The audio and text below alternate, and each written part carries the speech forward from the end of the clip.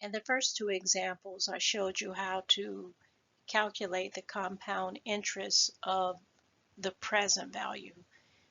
In this example, we're going to find the future value. In other words, putting money in an account today, leaving it in there, you don't do any withdrawal or anything, and then at the end of a certain amount of years, you have an X amount of dollars in the account.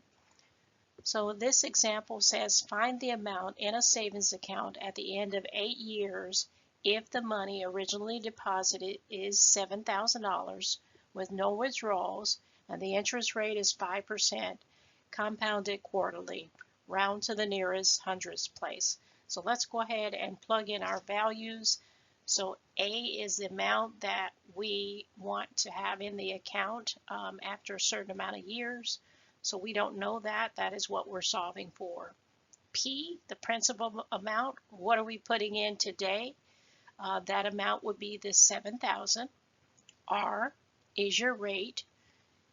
5%, to turn that into a decimal, move 2 places to the left, and that will be 0.05.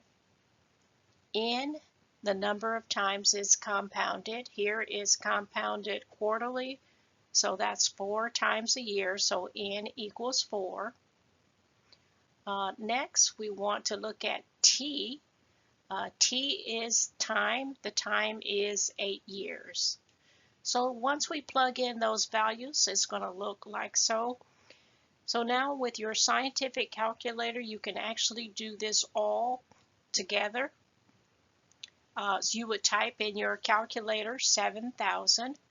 parentheses 1 plus 0.05 divided by 4, close parentheses, raised to the 32 power, and press enter.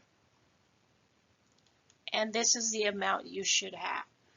So what that means is at the end of 8 years, this is the amount you would have in the account based on the amount you put in and the interest rate of 5%.